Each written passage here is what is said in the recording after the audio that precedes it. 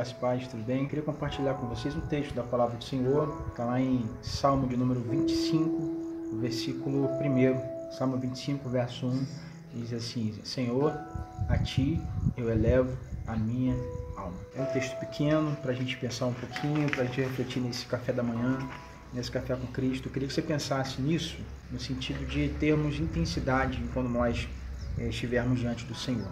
Talvez você já tenha se perguntado algumas vezes qual é o propósito ou qual é a vontade de Deus para a sua vida. Talvez você já tenha até encontrado essa resposta, ou talvez você ainda não tenha entendido do Senhor qual é essa resposta. Sempre que você precisar de uma resposta do Senhor, você precisa buscar essa resposta na oração e na palavra de Deus. Você precisa perguntar para a palavra de Deus o que Deus quer contigo. Você precisa ler a palavra e você precisa perguntar coisas para o texto. O texto vai te responder, porque a Bíblia aberta é a boca de Deus. A Bíblia fechada é um livro.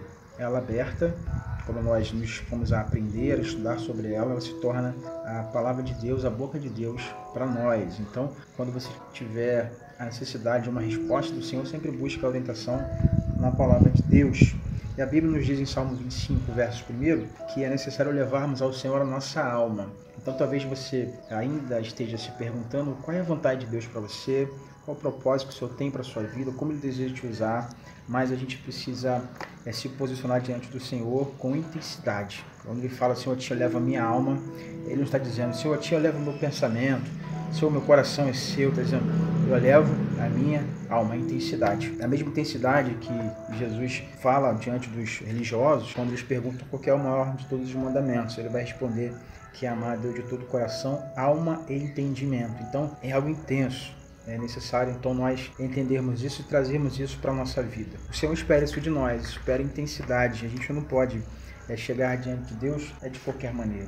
Nós não podemos estar diante do Senhor com algumas dúvidas no coração, alguns questionamentos no nosso coração e não entregarmos ao Senhor o nosso melhor. Toda oportunidade que a gente tem de estar diante de Deus, a gente precisa deixar o nosso melhor no altar do Senhor. Nunca voltar para casa sabendo que poderíamos ter dado mais, ter oferecido coisas com mais intensidade para o Senhor. Então, se nós desejamos experimentar algo extraordinário, nós devemos entregar ao Senhor, ofertar ao Senhor coisas extraordinárias. Não estou falando de dinheiro, não estou falando de finanças, nada disso.